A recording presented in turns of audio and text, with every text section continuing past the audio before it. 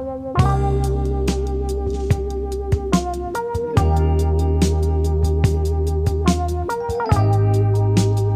afternoon, ladies and gentlemen, and welcome to a very special show for me. This is the first episode of my new series that I'll be calling Caffeinated Vibes.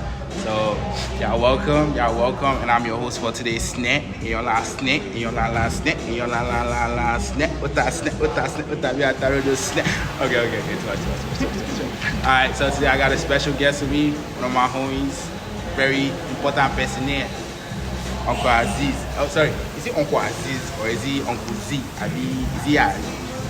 What's the moniker? Uncle Z or Aziz. Uncle Z or Aziz. So not Uncle Aziz. No, Uncle Aziz. No. Yeah. How you feel? You know? I feel good. I feel good. I'm first guest on my show. You know? Hey man, I'm very glad to be here. You know, this is a big thing for me because this is my homie doing this. So we just gotta support. You know, gotta support. Sure. All right, so. What's your take on coffee? Are you a big coffee person? Don't tell me you're a matcha nigga, bro, because I don't want to hear that. I want to hear for that. the girls, I'm a matcha nigga. I'm a matcha God, for the girls, hey. What's your coffee? Are you a coffee person? You a latte person? Yeah, I'll take some latte. Yeah. Okay. Latte, yeah. All right, bet. Let's get some.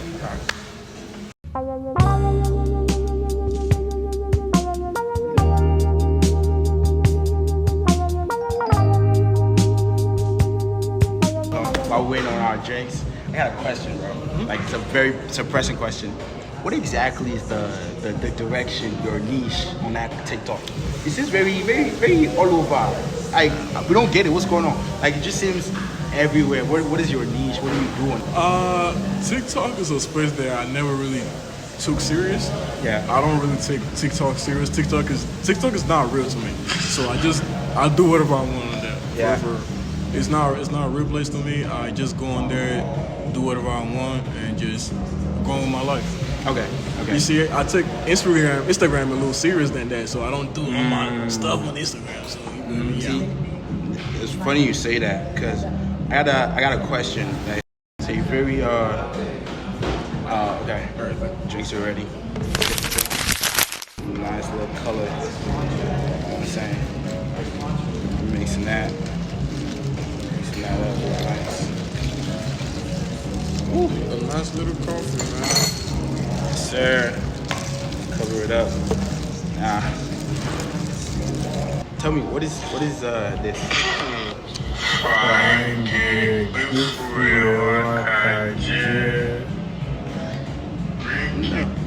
No, it's not even that. It's not even that. Yeah, let me split just like a loaf of bread. I do know what it is. What is the question? The question is, what is the point of what is that? What was that? Is that how? Explain it. You know, everybody's doing that little bacon avocado. Yeah, bacon avocado challenge. Yeah, I seen that. In my head, how do you make this funny and also make it Nigerian? You feel me? So the funniest way that I thought of was, and you know, with the type of man that I am, hey, listen, I love me some yash. I love me some yash. You feel me? I love me some yash. So I'm like, fine girl, bring your yash. Let me split it like a loaf of bread. You feel me? Man, Yeah. that's your man's. I feel like you have to be on the same type of mental level as me to understand that type of video. To understand what I'm doing on TikTok, like you just have to be on the same. Yeah. Like, I think I like the chaotic vibe. Like, you know, it's kind of like, how do I put this? A lot of times when people focus on like a certain niche, I think you started out with the whole fashion, trip, and all that stuff, and that was fine. But now it's like it's every which kind of way. Yeah, like, you never really expect what to.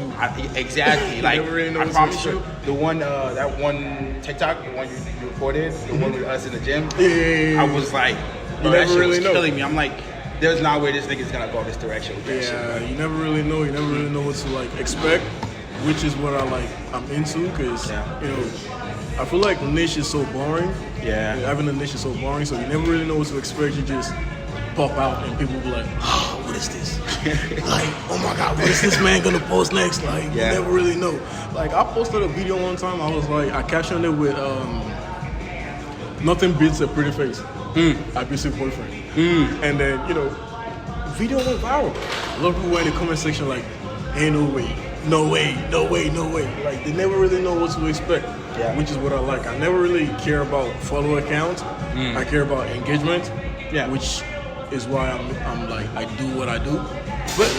But you got a nice little following, though. Yeah, I got a nice little following. Like 50K about? Yeah, almost 50K. Yeah. Bro, that's grand, bro. Yeah. You know, there's this running thing going around TikTok saying you only got your followers because of your ex-girl. What's that? How you react to that? Like, they say you're only famous because of your ex-girl. See, that is funny to me because while I was with this person, I was more focused on this person than I was focused on myself. Yeah. I never really cared about myself. I do things for her and, you know, do content for her and do voiceovers and stuff like that. I never really cared about up until after followers. we fell out and stuff like that. And, you know, I started focusing on myself a little more. And, you know, I never really asked for the story times. She did the story times, so it's like the story times they take me out of it. Yeah, all the traction like came to my thingy, and people like, you know, nosy people want to like know what's going on and stuff like that. So they came around and they just stayed. So I mean, shit, and that works, don't it? Yeah, no, definitely, it definitely did work. And you know, as much as I don't want my followers to like come from that kind of like negative space. It's still, you know, I can't really control what people do. I can't control what people like their reaction say to and it, their reaction like, to stuff like that. I don't ask for no story time. I mean, wish for but no story time. But you gotta understand that that's what comes with living your life in the light. Like being out there, having doing a public relationship, internet, all that shit, like it comes with it. Yeah, no, it comes with it. I never really know it's gonna end this way, but you know, all the best for everybody. All the best. Yeah, that's love. That's love. Much love to everybody, bro. Much love to everybody. Not gonna lie, like I tell you this, like y'all don't know this, I tell my boy this all the time. His content is fucking ridiculous. Like it's hilarious. Like I can't lie to you, like from the always having jokes on TikTok, the random videos he be posting, and the steak and eggs, bro. Hey, tell them who put you on the steak and eggs. Tell them who got you. Man, y'all get a little of this man. But yeah, he kind of like, he's my personal trainer. Yeah, for sure. You know, he put me on the steak and eggs for like the protein and stuff like that. So I'm stuck on that. I eat protein and eggs all the time, and you know, he got a credit.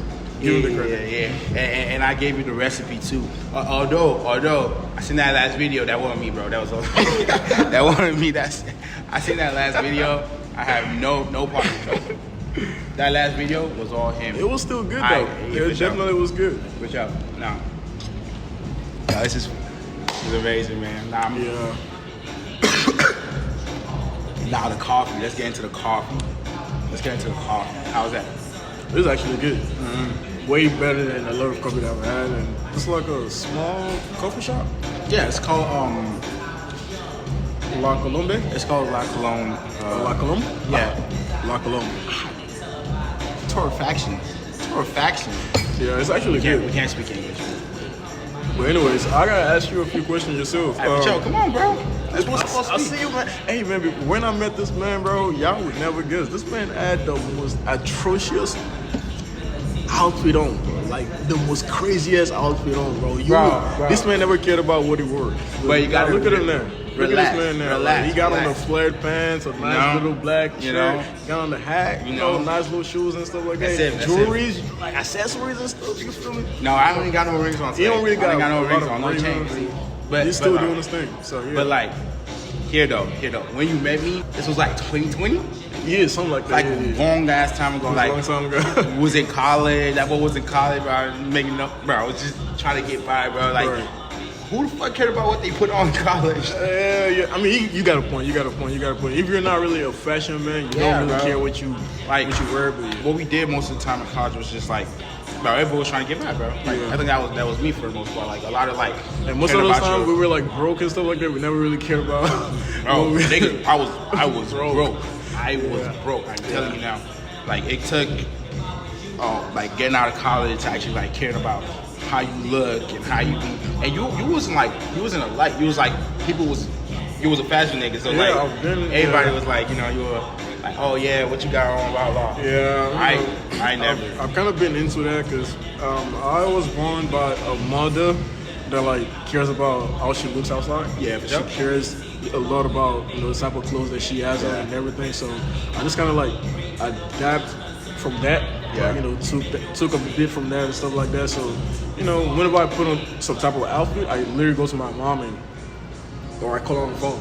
How does this look? Oh, it's your mom. Your mom's your personal stylist. That's She, crazy. I ask her like how do I look, and one thing I noticed is like older people, they don't really like get the new age fashion, the big pants. Definitely. And one thing that my weird mom, boots. You know, one thing that I kind of like appreciate about my mom is she never really cared about what if I, you know, wear and stuff like that. She never really cared about how I, you know, look, as long as I look presentable. Okay. You know, I recently bought a tabby boots with like a big, long, tall heels and stuff like that.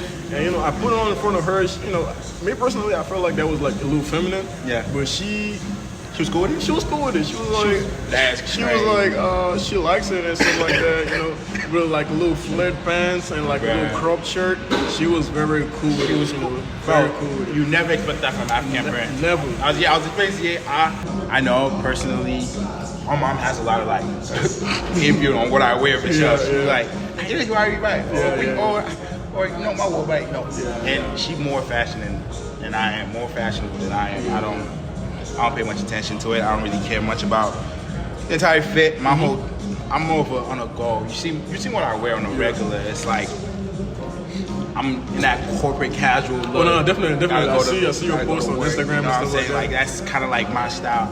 And like more and more recently, when I'm out with the boys, when I'm coming out, like I gotta look a little, look the part. I gotta stop looking like Unc. I gotta start looking like, you know, like not a YN, but you know, I gotta start looking the part. And you know, I've been doing more and more about that. You know, trying to get by. You know. No, definitely. One thing I kind of like noticed about my mom was once she noticed that I make money from like my fashion stuff, she just kind of like let me do whatever I want. No, and you take.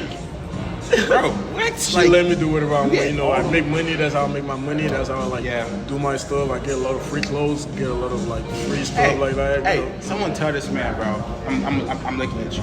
Someone tell this man, bro. I'm gonna come raid his closet, bro. He been owing me a jacket. So y'all don't know this, but here's the CEO, founder, owner, everything of Wild Society 2 and 1. It was a Wild Society 1. Nobody like.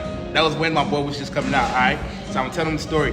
And he made these jackets, right? He made these Letterman jackets? Yeah, Letterman jackets. They were fire. He came out with a green and white. It had like roots. Like, explain that design. Explain that design. What inspired it?